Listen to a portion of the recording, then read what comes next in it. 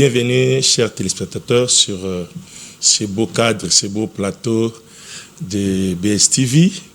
Donc, vous êtes en train de suivre votre émission, La Dernière Heure, qui est présentée par votre humble serviteur, le prophète Patrick Nzana. Donc, nous sommes l'église Chapelle des Disciples sur Maïndombe 66, quartier Kilimani à Kitambo. Donc, vous qui voulez nous joindre, si vous êtes sur quittant un magasin, vous pouvez prendre Vélodrome, hôpital. Ceux qui peuvent prendre des transports, vous descendez sur l'arrêt Chanik. Maintenant, renseignez-vous sur l'avenue Maïndombe, vous allez vous retrouver facilement. Et ceux qui sont sur la chaussée Prince Kassavoubou, arrêt Mabaya, donc avant de traverser les ponts là, et avancer, et on vous indiquera l'avenue Maïndombe, donc de l'autre côté, la direction c'est Chute de Lofoy. Vous allez nous trouver là, nous sommes là chaque jour, donc lundi, nous avons un culte d'intercession 17h à 19h. Le mardi, nous sommes là 17h aussi à 19h, culte de puissance, de délivrance. Et le jeudi, culte d'enseignement. Le dimanche, 8h à 10h30, nous sommes là, culte de célébration. Donc, vous êtes tous les bienvenus. L'émission a déjà commencé. Donc, pendant que je suis en train d'énoncer, tu peux déjà appeler, inviter les amis, inviter les autres. Donc, Benga Baninga, Benga Boya. Donc, nous sommes là en direct. Donc, d'un moment à l'autre, le téléphone sera ouvert. Vous pouvez appeler et on va prier avec vous. On va répondre à vos petits soucis et le Seigneur va vous bénir. Donc, bien-aimés, donc nous sommes là dans l'ambiance aujourd'hui. Et Jésus-Christ est Seigneur, il vit et règne. Donc, sur Facebook, vous pouvez aussi nous trouver. Donc, vous tapez Patrick Nzana. Vous pouvez aussi nous suivre. Toi qui es peut-être en mouvement, en déplacement, dans la voiture, tu peux suivre sur Facebook, taper Patrick Nzana et tu tomberas sur l'émission qui est en direct. Et vous qui voudrez nous suivre sur YouTube, et la chaîne YouTube est là, DHTV 24. DHTV24. Donc, si vous entrez là-bas, abonnez-vous, likez, et voilà, ça va nous être utile et bénéfique pour l'avancement de l'œuvre de Dieu. Voilà. Aujourd'hui, j'ai béni déjà avant d'aller, je salue de la régie Alf Kandolo, que le Seigneur te bénisse. J'ai béni aussi de la réalisation de DT Komba Patrick, que le Seigneur vous bénisse pour les grands travaux que vous êtes en train d'abattre et que le Seigneur vous bénisse vraiment. Voilà. Et je tiens aussi à remercier nos téléspectateurs qui ont eu à nous appeler, bien que l'émission dernière, la communication a fait un peu défaut. Mais j'avais dit, insisté même après l'émission, alors il n'y a eu plus des appels, bien que les autres exagérés, dans les heures tardives, des autres bipés, mais j'ai supporté, en tout cas, ce que j'ai aimé, en tout cas il y a un feedback, et puis continuer à le faire, continuer à partager, inviter les amis, donc vous voulez quoi? Habituons-nous à cette émission. Accoutumons-nous à cela. Nous sommes là donc chaque mercredi en direct à partir de 18h30 et le samedi à 16h45 en rediffusion. Voilà. Donc, comme la télévision, c'est question de temps, nous allons gagner le temps. Il y a un verset que je vais vous proposer. Notre thématique du jour, nous continuons toujours parce que depuis là, pas toujours sur l'église, mais nous voulons toucher un peu les secrets d'une église forte.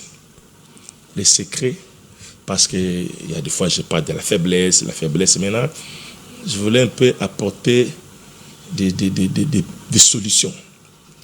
Secrets. Et ça va plus concerner les serviteurs, les dirigeants. Voilà, donc, je vous propose, il y a plusieurs versets qui sont montés à mon esprit, mais je retiens deux versets, ou un seul peut-être pour gagner le temps. Je vous invite à Éphésiens chapitre 5, 25. Voilà. 25, 27. Marie, aimez vos femmes comme Christ a aimé l'Église et s'est livré lui-même pour elle, afin de la sanctifier par la parole, après l'avoir purifiée par le baptême d'eau, afin de les faire paraître devant lui cette Église glorieuse, sans tache, ni ride, ni rien de semblable, mais sainte et irrépréhensible. Sainte et irrépréhensible. Déjà, d'entrée de jeu, Bandeko Balinga mais émission bilingue, voilà. Donc, Bino Boza, aux États-Unis, Boza en Europe, en Afrique, partout, dans la province, nous avons pas de déjà. Bolanda, pe Bokopambola Masogi, Mitune Zali, Bobengi, ce qui est prière et Zali Bosengi. Nous sommes là à votre disposition, ça c'est une mission chrétienne.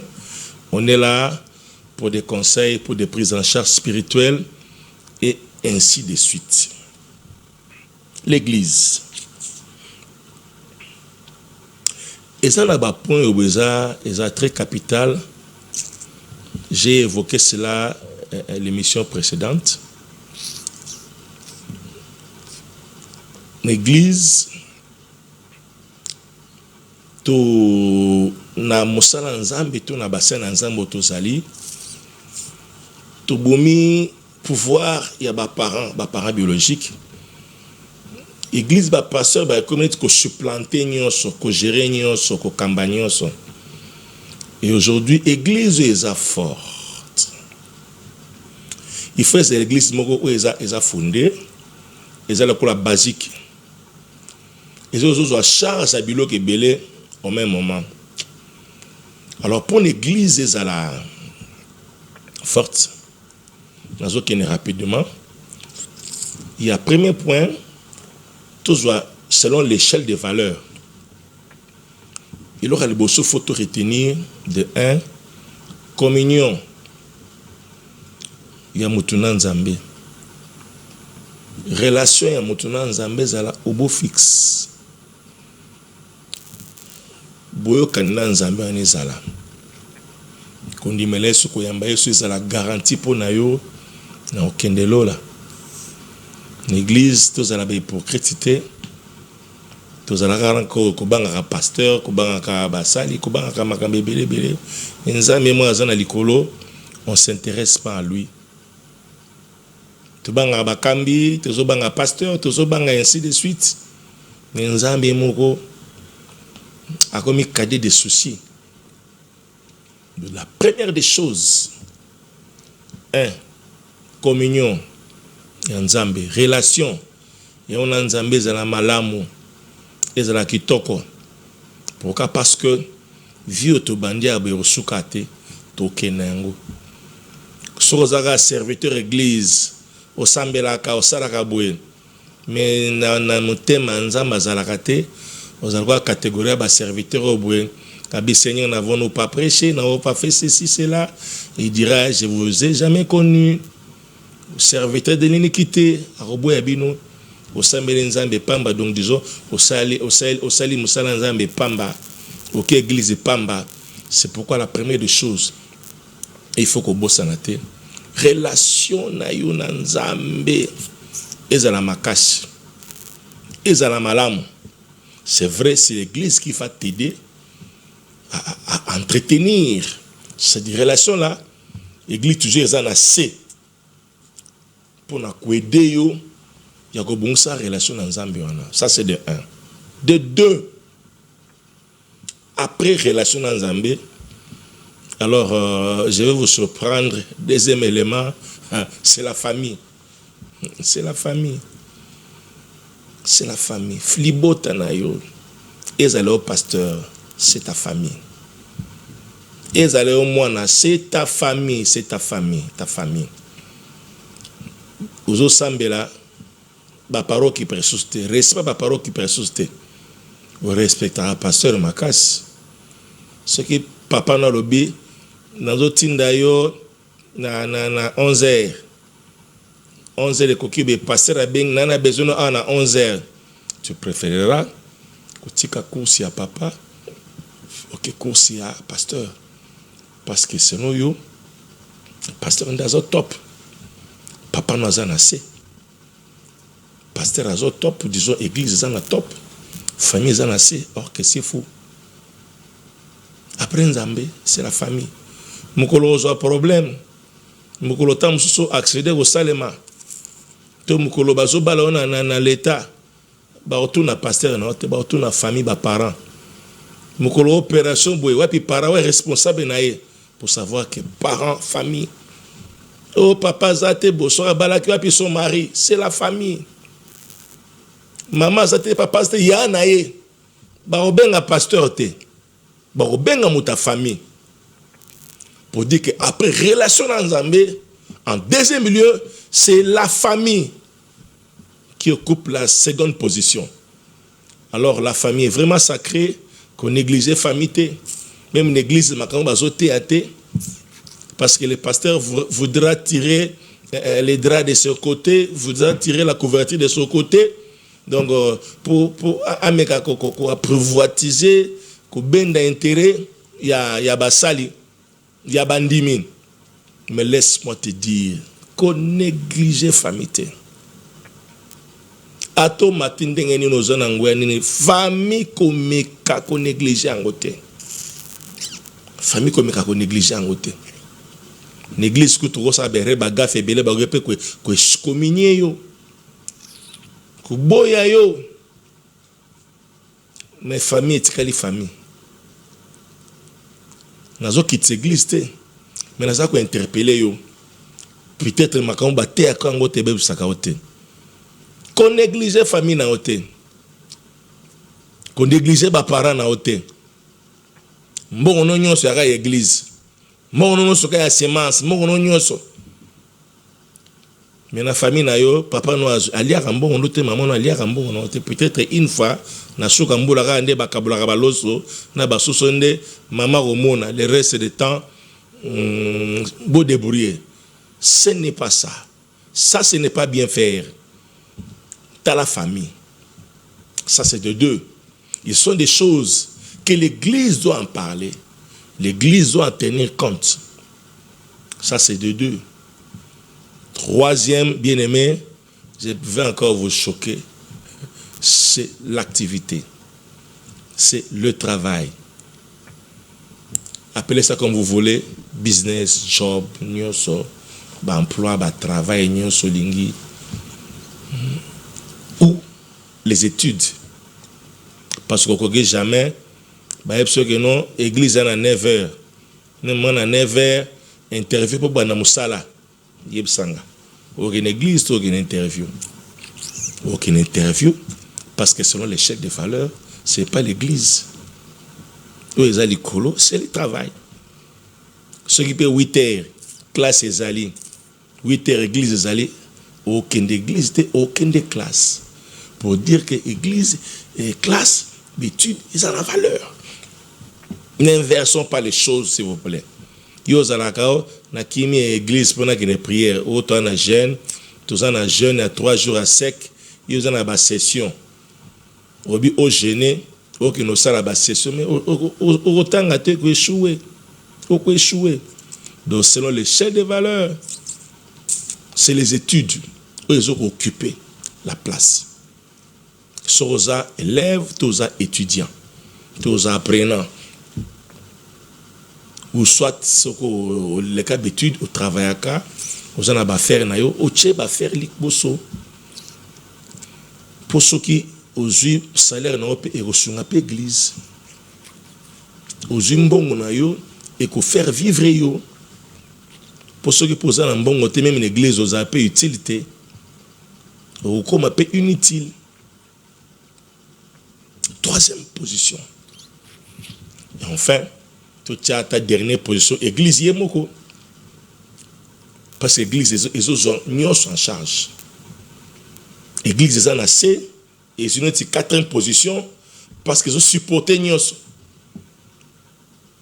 A commencé par la communion, la communion avec Dieu, ils ont la toiture, ceux qui étaient bien en Ondako. Et l'église se tient à base. Et puis, par composant dans l'Ognon sur la carte, où ils allaient famille, où ils allaient activité. Donc, comprenez ces histoires bien aimées. Ce qui est église et respecter et chercher des valeurs au bout, vous comprenez l'église aux Amakas. Vous comprenez l'église aux Amakas. Au cas contraire, ce qui est inversé en gros valeurs, que après nous amène l'église alors famille les anassés, Moussa les anassés, ça sera très compliqué. Église à bon aux Amakas Église à bon aux fragile et aux très fragile. Si nous voulons tout spiritualiser. Peut-être l'église d'Abisso, l'église de réveil, l'église pentecôtiste. Mais si nous faisons allusion aux églises traditionnelles,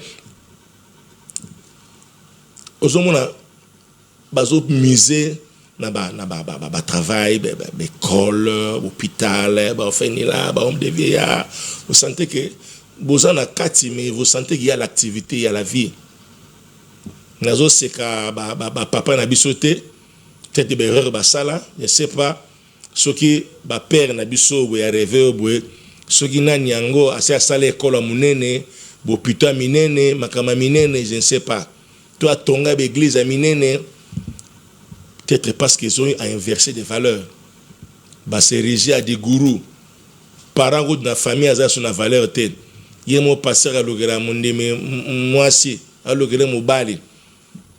Oh makambo na Bible ne sait pas ce que ça lagi pinunga na Bible boye Moïse azolukela bandime batamboka ne soki basi et pour Abraham yemoko papa alukeli Isaac mwana yemoko nani Rebecca abi Jacob kena famille na kena bandeko na ngai parce que ça revient ils ont relevé la compétence na ngai père et ba famille nous okende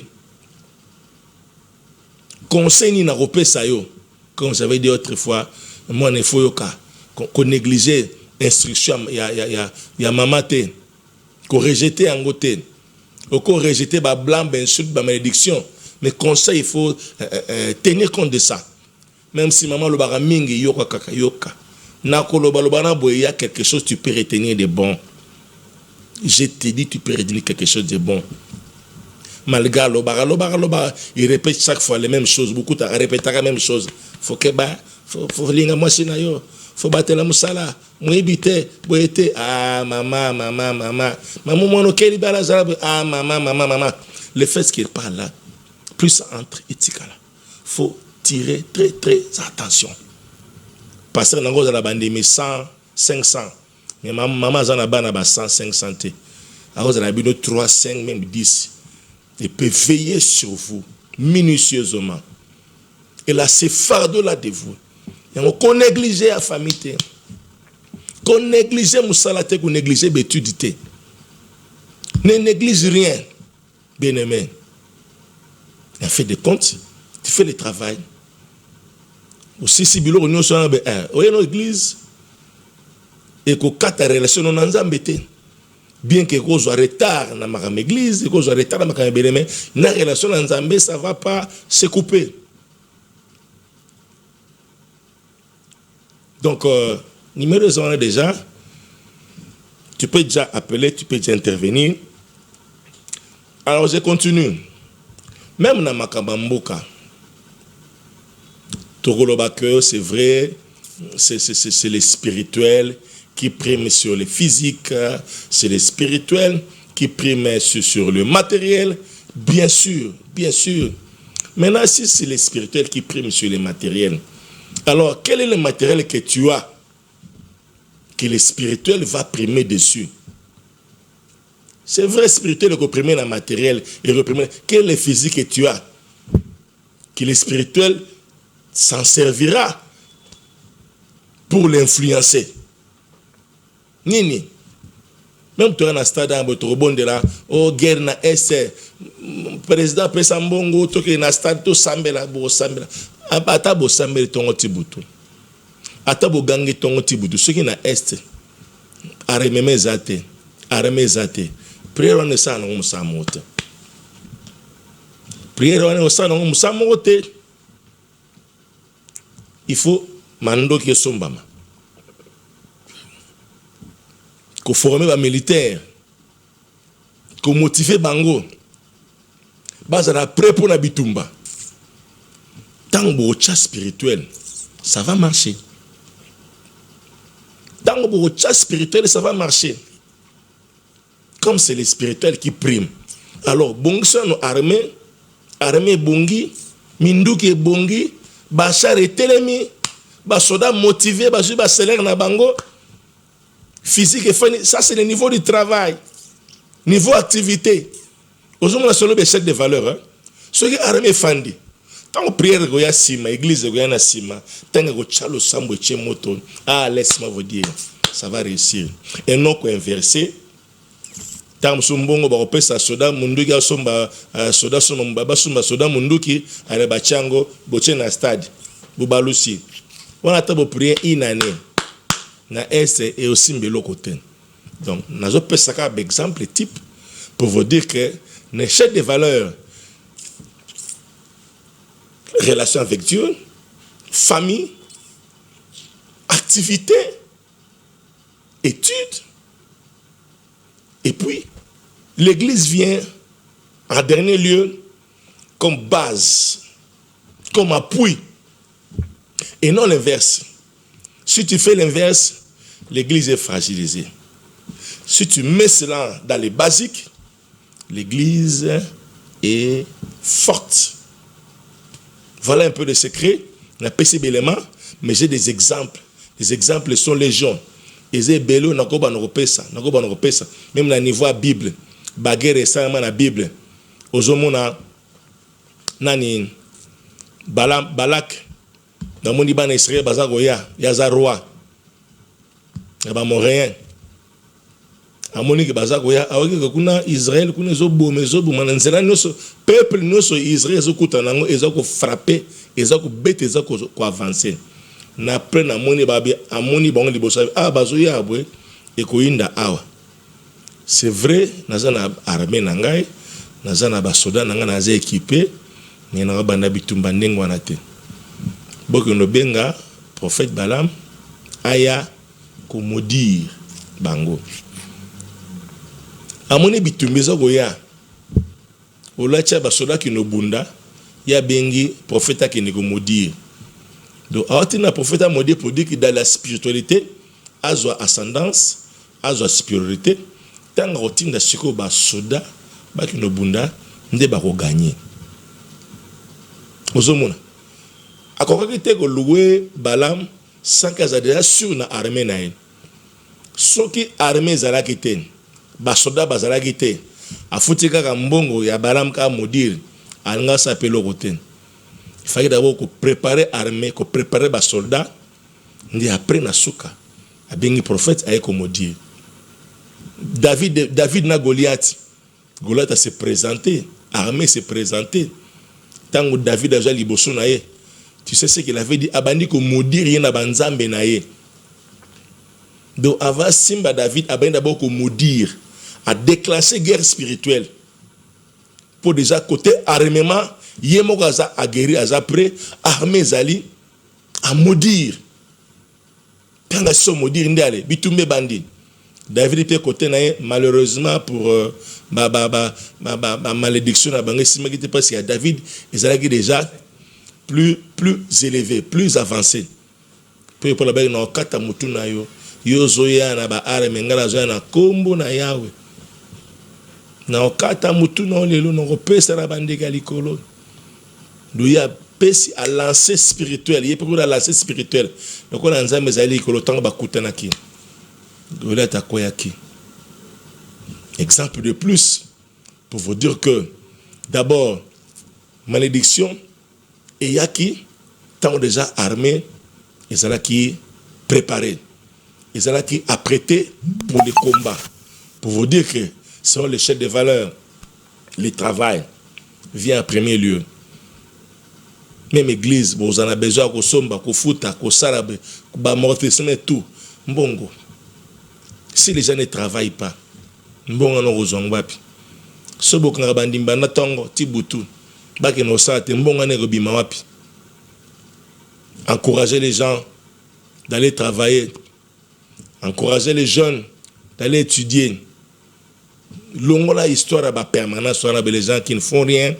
Bazara, ezobota basongi songi, ezobota bandoki, ezobota mitema mabe. À longo nandaku, il était bien. À une église, a commis pire. Azaki nandaku, a une éducation madame, a commis la permanence, vie est commis gâchée, vie est commis sabotée. L'église forte. Apprenez aux gens de chercher. Créez aussi des emplois. Bambongo ezoya, bossa la paix d'école, bossa la paix plutôt, bossa la paix d'entreprise, bo engager paix batou. Nzamba sunga, l'État peut sa subvention, sa financement. C'est ça la force. Pas autre chose. Pas seulement Ishabara, Shikamana, Bababa. Mboka Mokote et Tongama, ils allaient développer na grand nombre de prières d'église. Église est belée et au sein que Mboka ils allaient développer.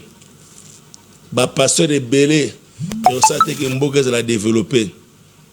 Soke na bazi kuna na bamboka msuku tu bayebi nzambete baza développer comment na prière c'est le travail pour te dire qu'une échelle de valeur le travail aussi le travail prime alors j'interpelle na bandi na ba serviteur na ba kambi na ba pasteur pour l'église forte. Conduire les gens au travail, appeler les gens à travailler, à aimer le travail. Bana basi bakine kotanga via wazivita ofanda kesika moko yotalaka erobota kindoki erobota mitema mabe erobota songi biloba loba na Sodome et Gomorrhe. Bana ya Lot ya basi babaki ils étaient des vierges. Tant anjaye batamboka babi non tolingi to bimagana bato ya mibalo na baye abi non to pesa be mibalité. Moi j'ai mes filles vierges, je peux les mettre à votre disposition. Et si cas il y a eu perversion des mœurs. Ma bezala qui ba valeur. Mais bana wana bazala qui ba vierge. Magi milliers qui pourri. Mais bana bazala qui ba vierge. Mettons ba quitter Sodome et Gomorrhe na mboka ya mabe. Babimi sain et sauf. Ba garder virginité na bango na mboka ya mabe. Ba kei kuna na ba montagne kuna et ce qu'ils a supposé et si kamoko salutaire et si kamoko bénéfique et si ko ba ko évoluer et si ka ba ko ndé si ka bana ba ko perdre virginité na bango ba ko ça la abomination. Que bimana papa na bango mo ba perdre virginité ba lango ici papa na bango et loko yo na Sodome ba ko sala ngote mais sika entre guillemets sika ya kimia et sika ya bonheur et sika ya épanouissement na bango bana ba ko beba ne sika ya épanouissement bana ba bébé ne sika ya liwa bana ba se conserver mais sika ya lipamboli bana ba baby. Donc pour vous dire que église mundimi soka c'est une église à le côté azobeba. Retiens cela. Si des pasteurs ozokanga mundimi une église à ça la le côté yeba que azako beba ko sepelate que non tozana ba permanent ngata na voyager ngana bimi bat ba otika okengela. C'est très dangereux. Très dangereux. Je préfère encore na kang église na clé bat baké misala.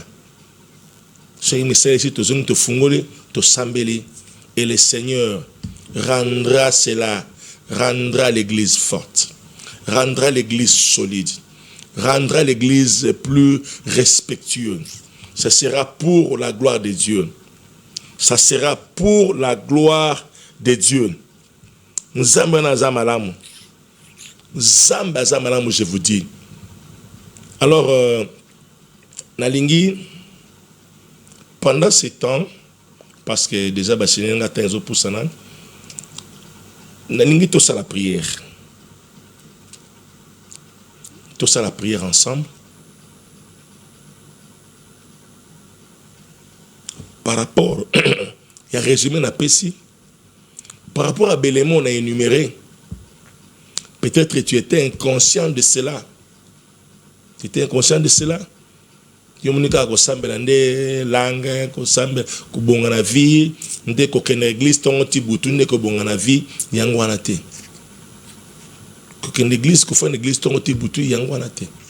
C'est pas ça. C'est plus que ça, je te dis. Bamboko est développé la prière na ba jeune prière te. Peut-être on a Congo, peut-être ba pasteur ba tonde belé, peut-être parce qu'il y a un manque du travail. Ce qui est présent, la gare a payé sa misale belab, soit baxi misale belab, comme si ba passer musu ba rotika makambe église ba rotika. Ba no mona na kata musu ba dimanche kaka. Parce que ba ni misala na bango. Je dis que musala nzambe être pasteur, ce n'est pas que on manque de travail. Comme il n'y a pas de travail, le travail le plus facile à faire, c'est l'œuvre de Dieu. Là, vous vous trompez. Servir Dieu, c'est un appel. Moi, je suis pasteur parce que j'ai accepté à l'appel. J'ai dit oui à l'appel. Il dit, viens, tu vas me servir. J'ai dit oui. J'ai mes diplômes à la maison. Je peux aussi arrêter pour aller travailler. Mais Dieu dit, arrête ce travail. J'ai travaillé aussi. Nzamba kati singa misala, alongoli singa misala, atiki singa misala. Abi, toi, tu feras mon travail. J'ai dit oui à l'appel. C'est pourquoi je sers Dieu. Ce n'est pas que na koti ba CV, na lembi, na moni attaquer les côtés les plus pété c'est l'église. Pour les autres, oui. Baza pour na yango. Ben ne koluka mbongo. Ben inverser ba valeur. Ba se régir à des chefs spirituels. Ba remplacer ba parents, ba remplacer misala. Ba onde ba chef d'orchestre, ba sala nyonso. Ba formaka ba tuté. Ba formaka bana te. Ba on monde ba pemaka. Ba kenaka ba congé, ba kenaka ba voyage. Mes collaborateurs à travailler du 1er janvier au 31 décembre non stop. Yo travail elmo kati pour kena opé, ok Londres. Ok au théâtre, ok no gola la ba pongi, ok au paiement na yo. Tam sous 2 semaines, 3 semaines, 1 mois aux zongi aller. Makase ye au continuer. Mais ba o bazano wana boye, ba on ba kenda ke pas été. Ba on bazana droit au vivre été. Parce que bango bazana kaka na droit kofandana ko sa musala nzambe bandeke bofungola misu bokufa nzoto pe RMO ezana besoin de repos même na Paul yemoko ate RMO peut arrêter akepe quelque part fin na ye aromo sala ba tante na ye asali pe ba tante na ce qui pas te qui pas moi repos ici à continuer musala nzambe. Car les leaders repos et le reste là, pas de repos. Et de telles églises, ça ne peut pas évoluer. Ça ne peut pas être fort, ça ne peut pas être stable. On va continuer prochainement. Mais mon souci maintenant, la lingue du beau Tanzam est prier. J'espère que j'ai béni quelqu'un. Je vois des messages, mais je vais de répondre après, de lire là. Après, peut-être après l'émission, je vois que les messages entrent. Tu peux aussi appeler, ça ne dérange pas. Tout bon de l'Anzambé. Merci. Concentrons-nous. Merci Jésus-Christ. Hakuna Mungu kama wewe, hakuna Mungu kama wewe, hakuna Mungu kama wewe, ewe Mungu hakuna Mungu kama wewe, hakuna Mungu kama wewe, hakuna Mungu kama wewe, ewe Mungu.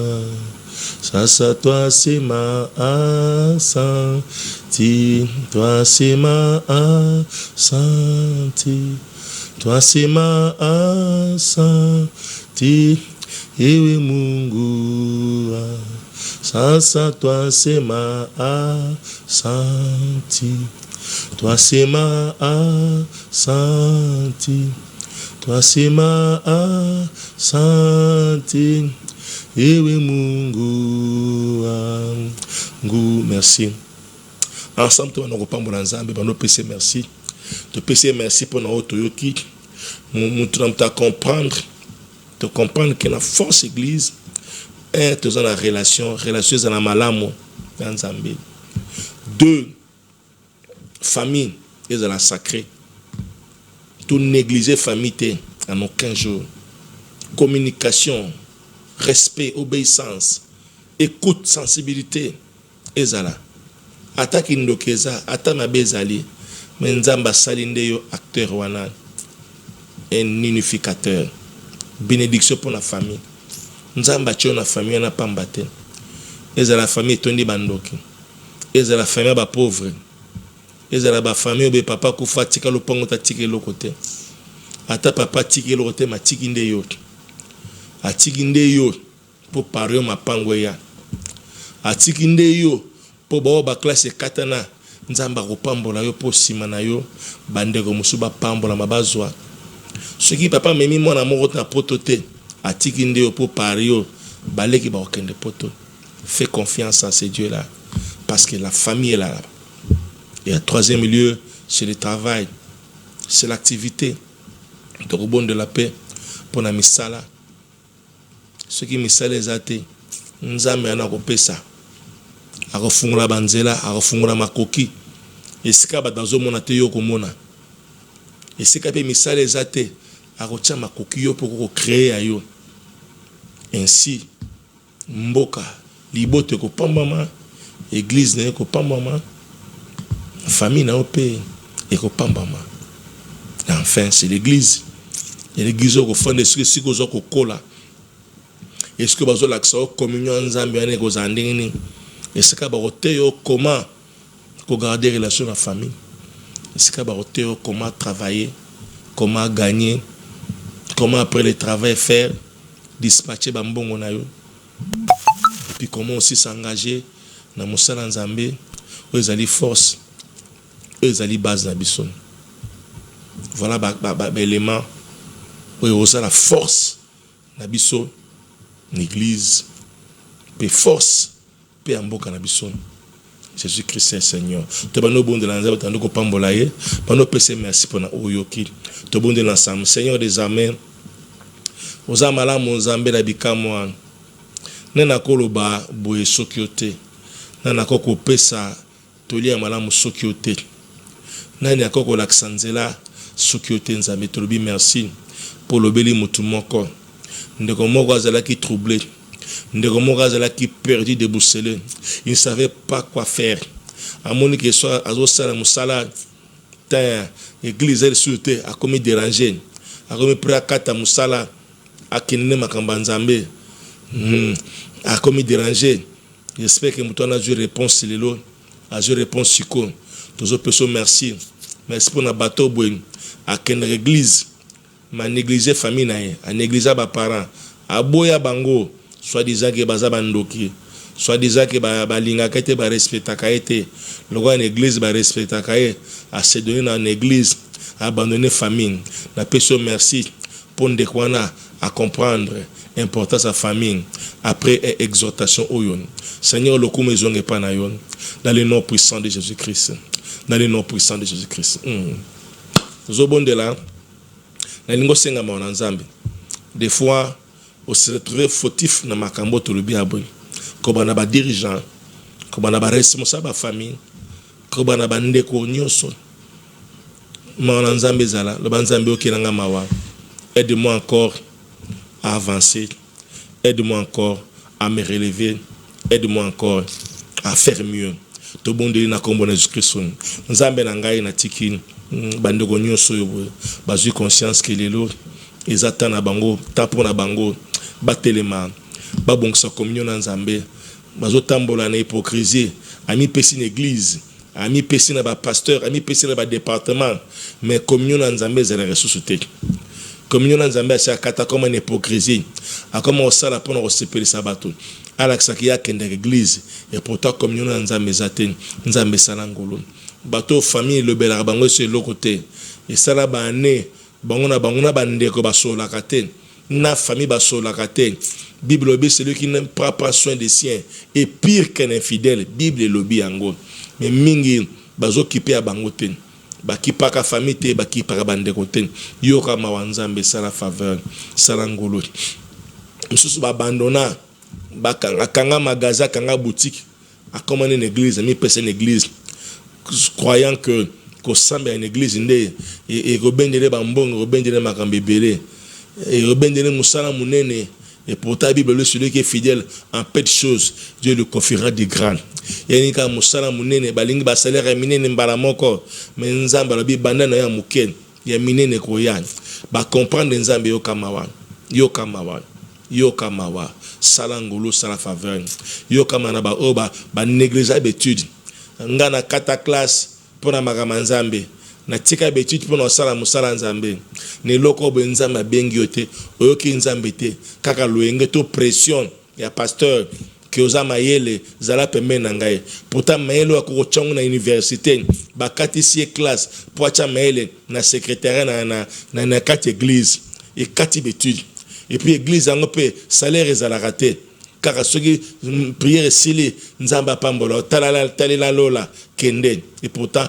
irresponsable batu ba continue na erreur nzambe ba comprendre le lo maono ezala dans le nom puissant de Jésus-Christ maono ezala comprendre Jésus-Christ et dans la même occasion na bonde là pour na bateau boy ba se sentir interpellé des fois ba comprendre na makambo nzambe ndenge ezala kate et va comprendre que tout commence dans la relation dans Zambé. Tout commence dans la relation dans Zambé. Ces relations dans Zambé, à quoi bon il y a aux amalam na famille. À quoi bon que le cambon tongo tibutu. À quoi bon de gagner le monde et de perdre son âme. Yo Zolanda, olungo bongsa Zambé. Aux allées ko sambela, aux oba déception dans ma église. Non sambela les sous-soutés. Non, ça la boire sous-souté. Il y a lieu après quoi message au bout. Kozonga sima. Mutopo linga magamanza mete l'église ya aventure ba pasteur be scroll. Après ça va quoi malobo boy. Nzambe na ngai. Olandi message au bout. Nina bonde la pona yo. Simba kaka motema. Olanda prio sima na ngai. Do ba kolo Yesu. Na okile lo banayo. Motema na ngai simbami na ju décision ya kotelema ya kolanda nzela na yo na ju décision ya kotelema ya kozongela nzela na yo limbisanga na mabe nyonso na fungoli motema na ngai na yambi lokola mokonzi po bikisi zo esika bandele lokamba bo moyi na ngai na boyi satana pe misana ya mabe na kombo na Jésus Christ na lingeli l'autre décision na ngai na zui relation na ngai na lola ezala malamu na bongisa na famille na bongisa na musala na habitude na zongela et puis na sala musala en église na kombo na Jésus Christ. Merci Seigneur Jésus Christ. Merci Seigneur Jésus Christ. Na bon de là fonga maboko na zo déclarer yumtoki loba o nzamba bikamwa nzamba lola oya kila lola pe mokili na présenter au libota oyo elandi lo sambo elandi litea oyo faveur na yo ezali kono na moko dans le nom puissant de Jésus-Christ. Pesa moko na moko makasi ya kobongisa na yo ya kotambola na yo kotamwa na kobanga yo na kombo na Jésus Christ. Pesa bolunga ba famille kabona ke zonga kombo na Jésus Christ. na kombo na Yesu Kristo. Na kombo na Yesu Kristo. Na kombo na Yesu Kristo. Pesa makoki bo balinga zonge la classe aja kotanga ezalaka te pesa bazongela pesa makasi bao balembaki na mimbongo na misala bazongela na pesi ba fond de commerce fungola ba moyen fungola ba possibilité na kombo na Yesu Kristo.